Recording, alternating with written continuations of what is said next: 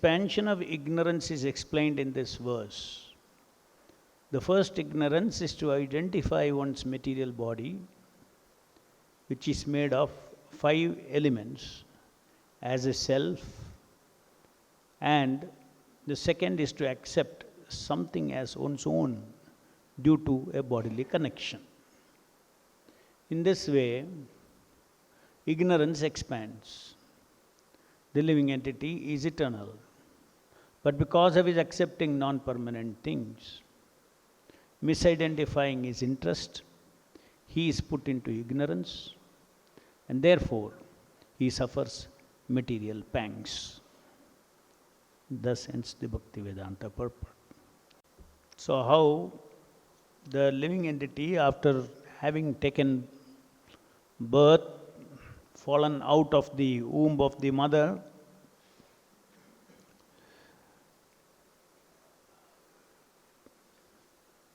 passes through his childhood, suffering different kinds of distress because of his desire not being understood by the parents, and also as he continues to develop those desires which he cannot achieve,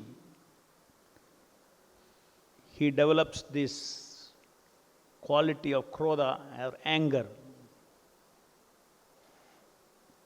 The source of anger in our subtle body is originally the desires and the non-fulfillment of those desires. Anytime anger is there, you can identify it with the desire behind it and non-fulfillment of that desire.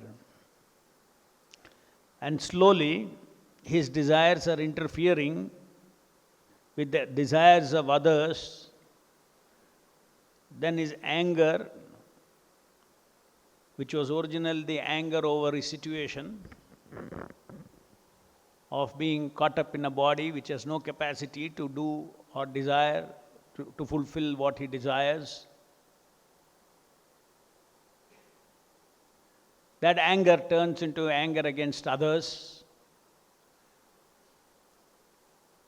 and his self-interest at the cost of others becomes jealousy.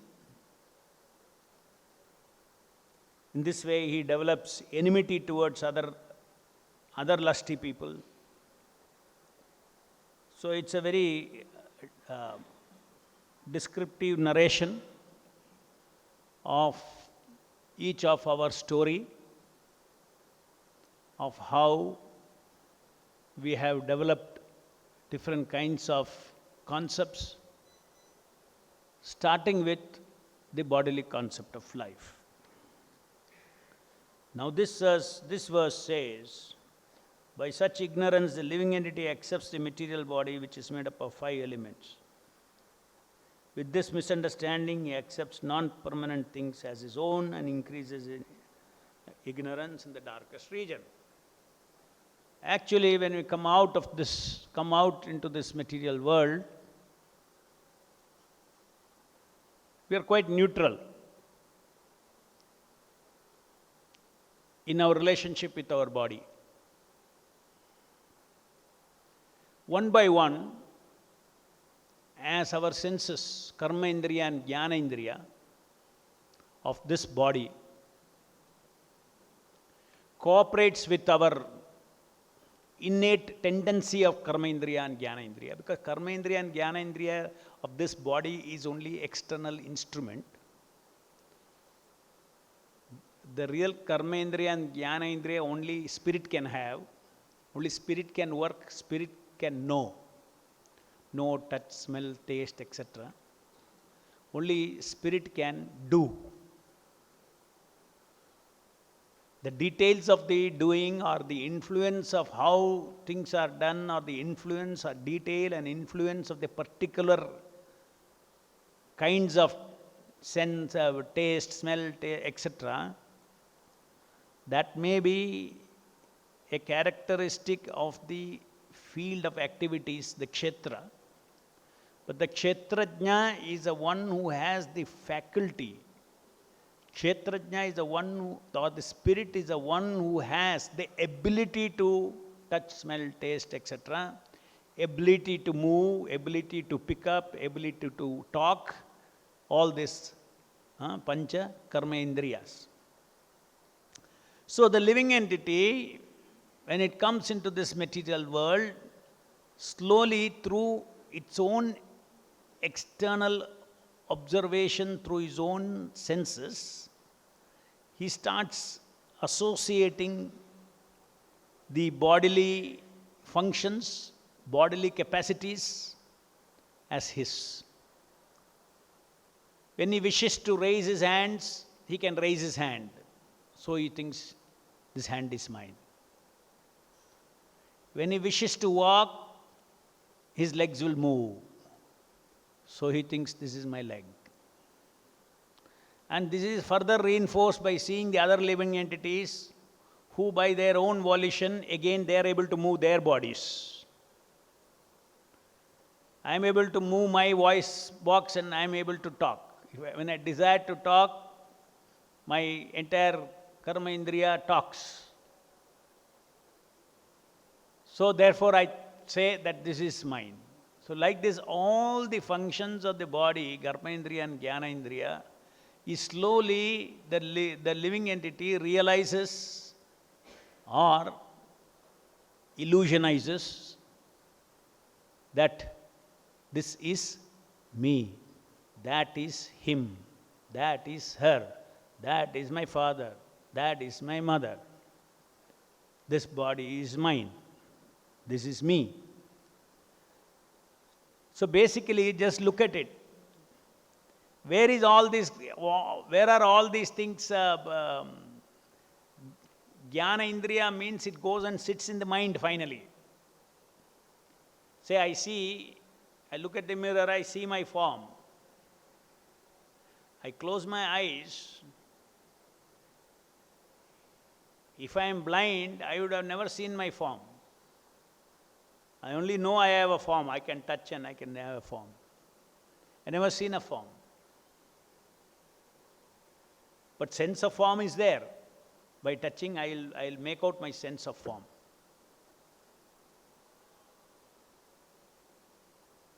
So, whatever we know about ourselves today, our body, let's say I'm in bodily concept. Each one of us in bodily concept of life.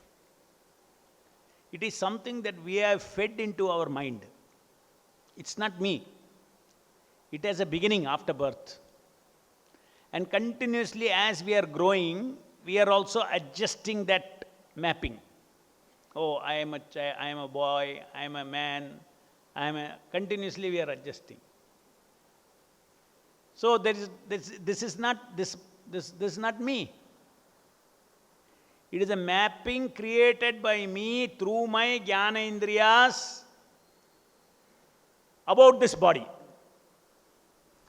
Everything about this body, I know, is a mapping created from outside to inside. This is very important to know that.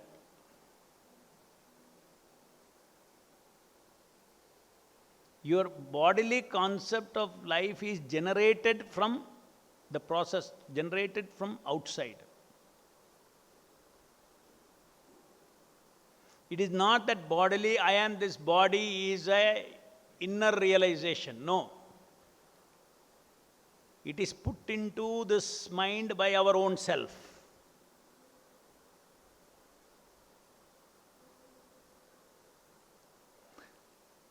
Each spirit has got this power of identifying the self with something. That is an ability of the soul, which is not very difficult to understand. Just like if I ask you to play a role in a stage, in a drama, you will immediately identify yourself with that role. And you will behave as if you are a king or as if you are a beggar. So the soul has this capacity for identifying itself with something. And that faculty of not only has the ability of identifying itself with something, but it also has got another wonderful ability called disidentifying itself with anything. Just like drama is over, you come out of the stage, you're disidentified. In that case, you are not in identifying, you have to do it very consciously. Disidentifying you don't have to do because by default it's very deep. Just because 1 hour you played a drama as a king, when you come out, you will not be like a king. Your mind would come back to what you are. Why? Because this drama you are playing for a longer time.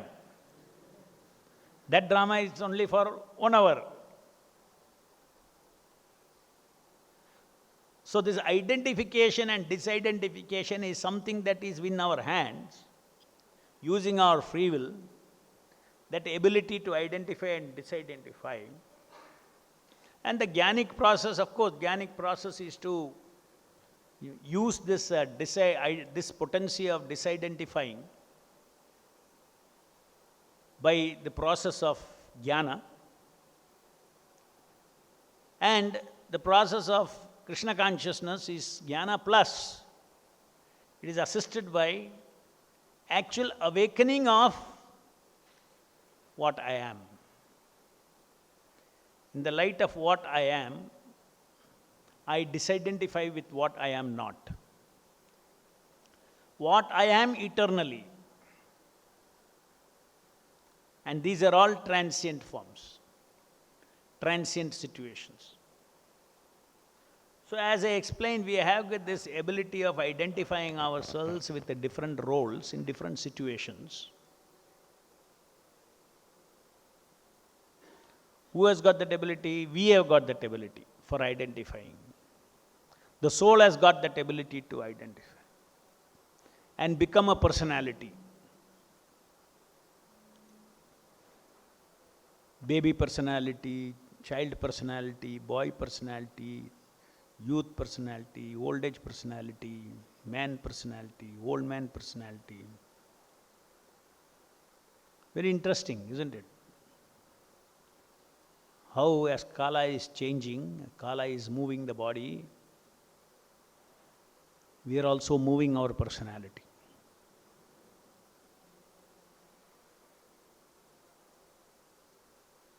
This is not philosophy.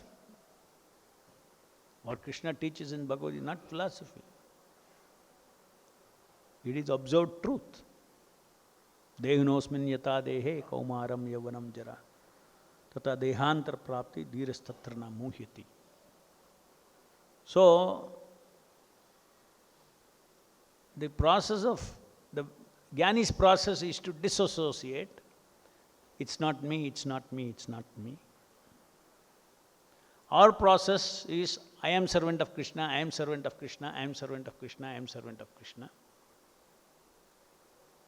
They say neti, neti, neti, we say dasa, dasa, dasa, dasa. Our code word is dasanu, dasanu, dasa, dasanu, dasanu, dasa. Their code word is neti, neti, neti. They say neti, neti, neti, they go out of bodily, I mean, if they do it perfectly, neti, neti, they go out of the bodily concept and hang in Brahman. We say dasa, dasanu, dasanu, dasanu, dasanu, dasanu, we come out of the bodily concept and go to the lotus feet of Lord Krishna.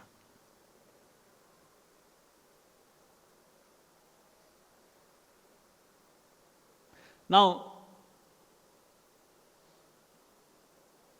the impersonal school of thought, they say neti, neti, neti, and they end there.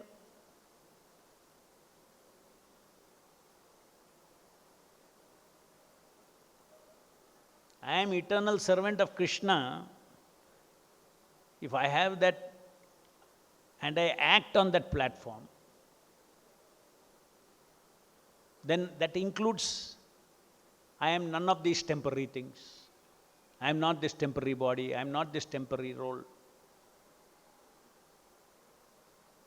So according to impersonal school of thought, they have nothing to do here. Neti, neti, nothing to do. I am not this, I am not this, I am not this. God is not in picture at all.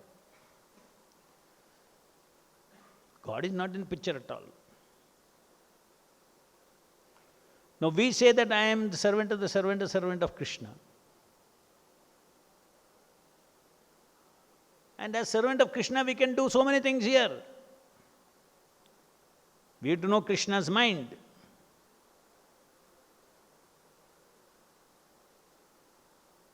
This body can be engaged in service of the Lord.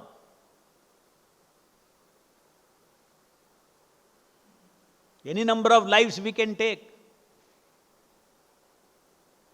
As long as we can take and take up any number of personalities and identities. Situational personalities and identities, which we are already taking up.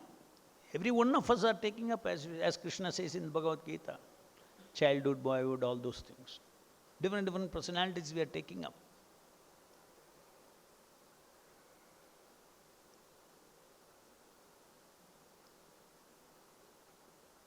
So the materialists, they take up all these things for sense gratification, because they know nothing more than that. You cannot blame them. They know nothing more than that. They know what is. If life is not for sense gratification, if you tell them, they'll say, then what is life for? I have senses, I have sense gratifying ability, so I should gratify myself. What is it for? Then if you ask him the question, then how are you different from animal? Then he'll say, no, I am civilized. I said, what is your definition of civilized? Civilized means, I know that I want sense gratification. I also know others also want sense gratification. So we'll make some adjustment, some ethics, some rules, so that we can peacefully coexist. I enjoy what is due to me, you enjoy what is due to you. I enjoy what I earn, you enjoy what you earn.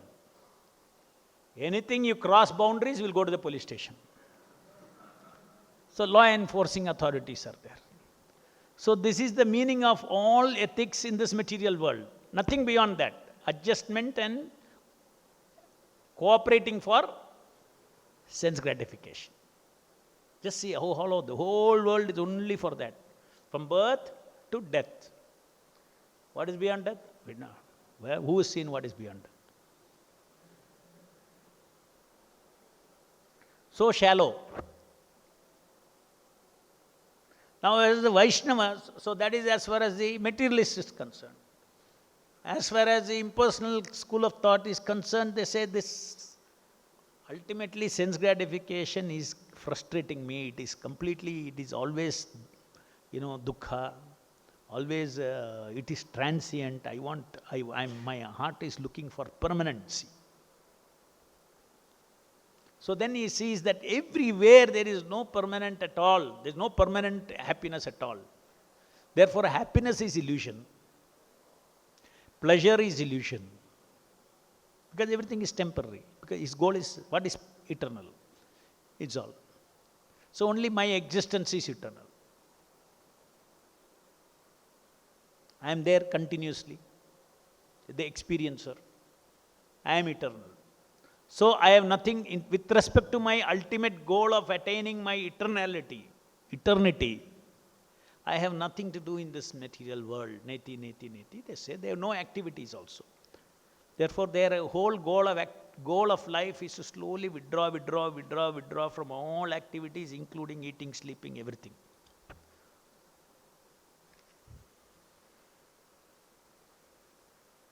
Then go into samadhi. Come to Vaishnavas. Their goal is to serve the Supreme Lord. Lord is eternal. There is an eternal Lord. I am his Amsha. I am servant of the servant of the servant of the Lord. Eternal servant and servant of the eternal Lord.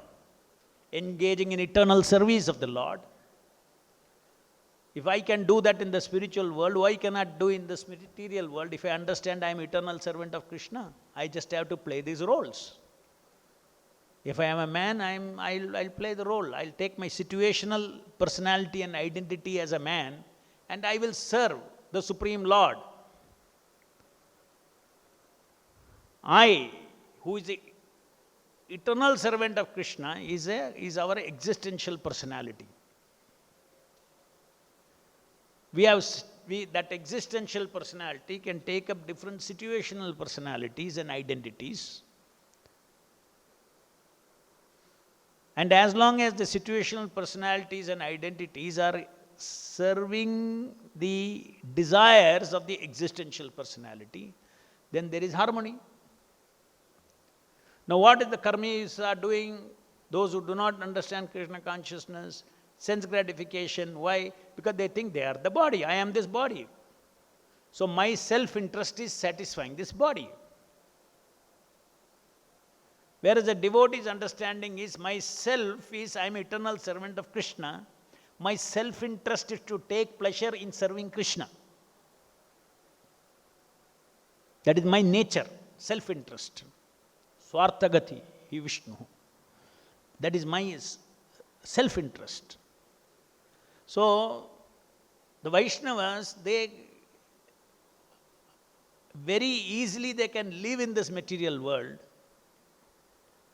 embracing all varieties and variegatedness, embracing all relationships, even if one stays at home also, as long as one is practicing to awaken his eternal personality. In other words, let us say somebody is a grahastha. He only knows his situational personality, that I am this body, I am a grahastha, I am a family member, I am a husband, etc., father, etc. He does not know that he is an eternal servant of Krishna. Now the Shastra gives us the path of regulated devotional service. By going to a guru, he learns who he is and starts engaging in regulated devotional service. The guru teaches him and tells him how to connect everything in his house to Krishna, that everything is Krishna's property, everything is for Krishna's satisfaction. When he engages in that practice, he starts awakening his existential personality. And that existential personality is the eternal personality with feelings of, ultimately, when only it is awakened, it awakens a humility, feelings of respect and love for the Lord, surrender for the Lord. And this thing happens not necessarily gradually also, initially just by lavamatra sadhu sangha, in a moment's association with Prabhupada's one word or one sentence in his book, or one page, or 5 minutes reading, or 10 minutes reading, can trigger this existential personality in us. It's not an intellectual awakening. Later on you may say, I am not this body and all these things. But first you get inspired from what Prabhupada says. There is, I feel about it. Then you start thinking about it. I mean, more and more you read, more and more you read. But the actual trigger was Prabhupada, and Krishna touches us. His transcendental words touches our soul. And that existential personality, when it awakens, we feel good. We always feel good when we realize who we are. That is our position, because our original state of consciousness is Sat Chit and Ananda. So either the Sat aspect is touched, or Chit aspect are touched, or Ananda aspect, or a combination of these are touched by the mercy of the Supreme Lord, which is manifest in this world in different ways. And then after that, the devotee practices devotion service. Engaging in a pure devotee can engage in all pure devotion service, can be executed using, like Prabhupada demonstrated, Yukta Vairagya, using money, organization, people, strength, everything can be engaged in, just like a pure devotee can appear to be just like an ordinary materialist. Materialists are fully involved in material energy. A pure devotee also can be fully involved in material energy. because he is a Paramahamsa, because he does not forget his existential personality. He switches over his situational personality but never forgets his existential personality. Externally speaking, his situational personality is also so perfect. His enactment is so perfect.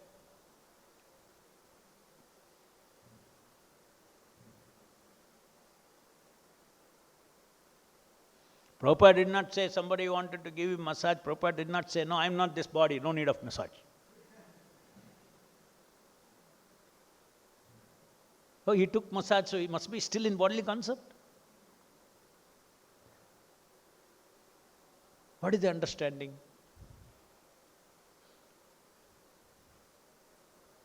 Whatever, even every concept that we have, bodily concept, everything, is all ultimately, even when we are acting in bodily concept, we have created that chitta, the 24th element for contaminated consciousness. This body, this mind, this intellect, all gives input to that chitta. We have a chitta, deha. Just like we say, all these bodily senses all are mapped into the mind, subtly. So mind has a, there is a subtle seeing, subtle touching, etc. Like that it goes behind, goes up to chitta. Chitta is a consciousness, attention energy that comes out of the spirit soul. Out of that attention energy that comes out of the spirit soul, it gets contaminated with all these things, and all these things means identity. I am this body, all these things, and that is what the soul is associated with. Soul is spirit. With this body is only a medium of illusion. The real illusion is in our consciousness, contaminated consciousness. This body is not illusion. The bodily perception that it is me is illusion. The body is not illusion. Body is a real energy.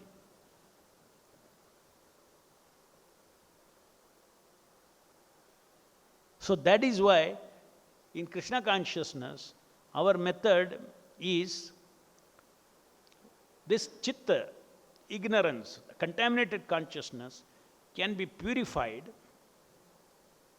by reversing the contamination that you created by I am the body. You can unpurify it, you can purify it, you can disidentify by jnanic process. Alternatively, if you take Hare Krishna Mahamantra to yourself, through attention into your soul, you touch, then by the transcendental potency of Satchit Ananda energies that are there in the Nama, Nam Makari Bauda Nija Sarva Shakti, by that Shabda, our contaminated consciousness gets purified from the other direction. Here is a soul, here is the contaminated consciousness. Then Manas, Buddhi, Ahankara, Sharira, down. Right? The Jnanis, they try to repair everything, all, at least what they see as temporary as illusion, and eliminate. What we try to do is, all this will remain. Mind, body, everything will remain. With attention we chant Hare Krishna, Krishna Krishna, Hare Hare, Hare Rama, Rama Rama, Hare Hare. Now that is the chitta. The chitta is there, soul is there. So the chit, attention, when it touches the Satchidananda Nama, this chitta gets purified directly. When it gets purified directly, Satta Chitta and Ananda, Chit power is there, isn't it? Chit means what? Knowledge. So instead of going knowledge like this, you put knowledge energy from top, like a torch, you shine over everything, and you see, disidentify, you lose all ignorance, all illusions about yourself, and you know, I am not this body, but this body is a role play, is a very useful instrument for serving the Lord, but I should not forget who I am. I am eternal servant of Krishna. So to live in this body is not a limitation for a Vaishnava.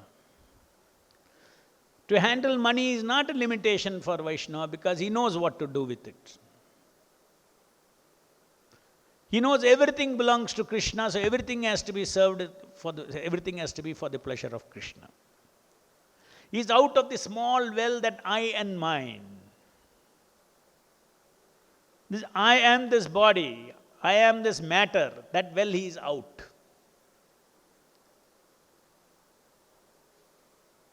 All things connected to my body is another little extension of the well. He comes out of both this well and he is in an ocean. Everything is Krishna's.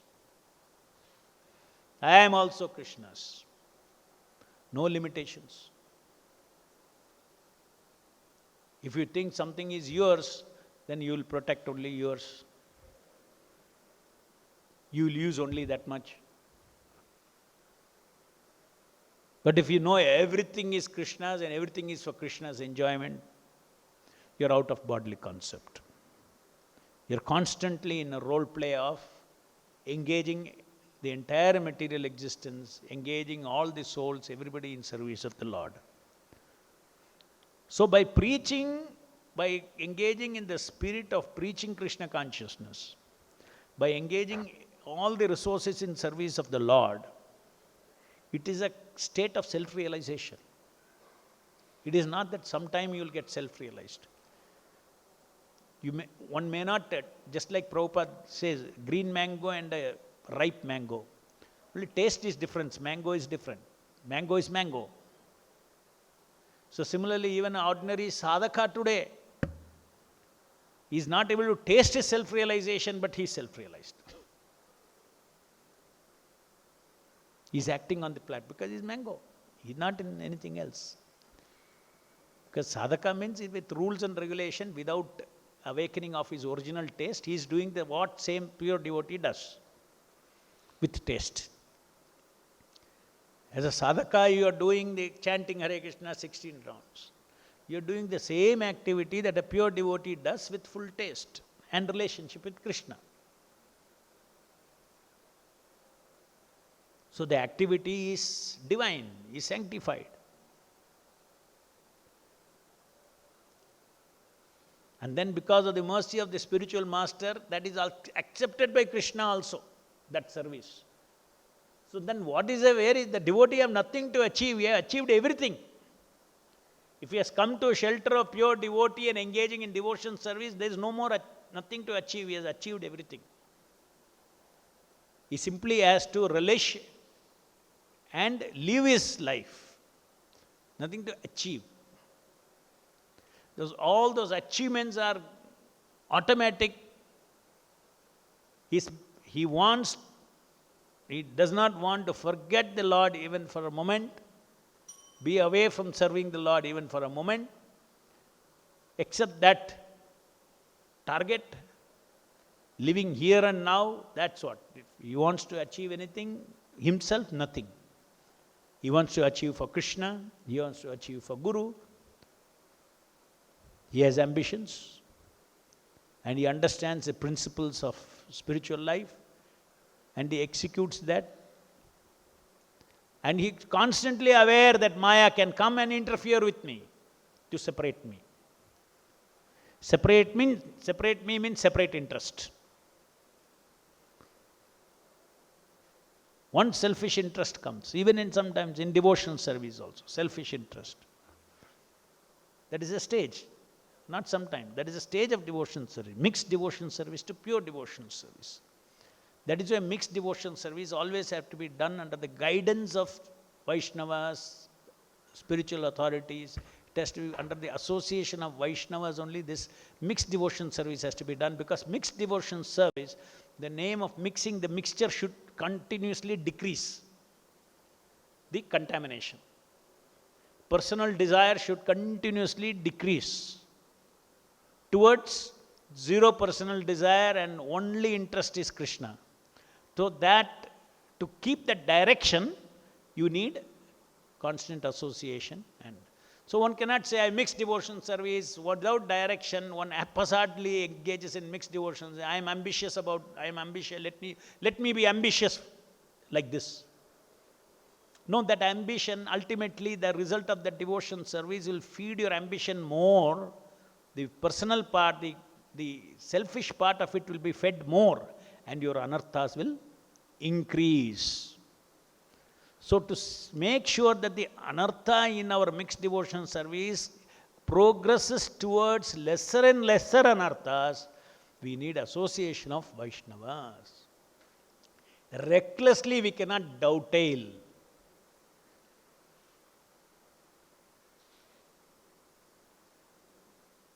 So there is a very important role. That is why Prabhupada has created. Prabhupada says nobody can advance without being in the association of Vaishnavas. Advance means what? Towards pure devotion service. It is not possible to advance. Any questions?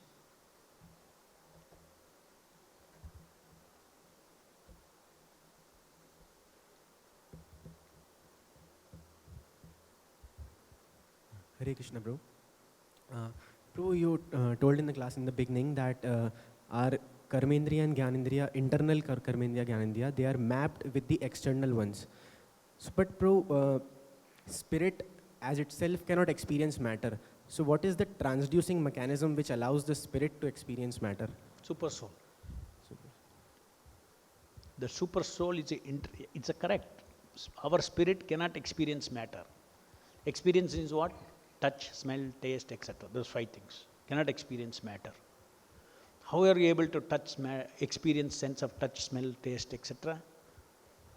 That element of experience the soul can have about matter because the super soul is permitting that to happen. So without super soul, you cannot experience this material world at all. Just like an example I give, Prabhupada gives this example. Everything in the forest is different kinds of mango trees, this tree, that tree, so many varieties of vegetation is there, right? Now, rain is a very common factor. Because of rain, all of them have come. Without rain, it's not possible. But at the same time, you cannot say, because of rain, this has become a mango tree, and rain has chosen this to become a mango tree, that to become a jackfruit tree. That jackfruit seed took the rain, became a jackfruit tree. The mango seed took the rain and became, right? Similarly, we have our free will. We all take rain. What is that rain? Mercy of the super soul. Therefore, our eye sense, touch, smell, taste, everything. You take that.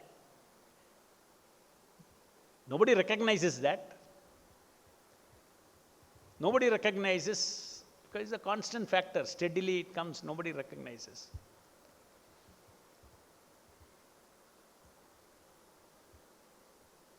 So by the mercy of the super soul, that's why if you see in the second canto of Bhagavatam, there is a nice long purport where Prabhupada is explaining about this. You cannot see if the super soul does not see first. You cannot smell if the super soul is not smelling first.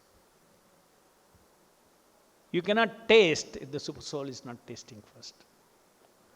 That is because of that understanding what you said, correct understanding. Soul has no capacity to experience matter.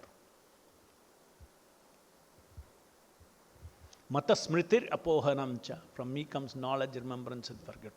Not only the elemental perceptions, but a combination of them in our memory. Again it has to be recalled. When it's recalled, again it should look real. So mata smritir jnanam apohanam cha. The mata smritir jnanam apohanam cha has 2 parts. One is for non-devotees also, mata smriti jnanam apohanam. That means the ability to remember. When it comes to devotee, Krishna interferes, and what to remember, what not to remember also he will. You are given in his hand, you have surrendered to him. What to remember, what not to remember, what to forget, all that he will help. He will personally interfere with your psyche.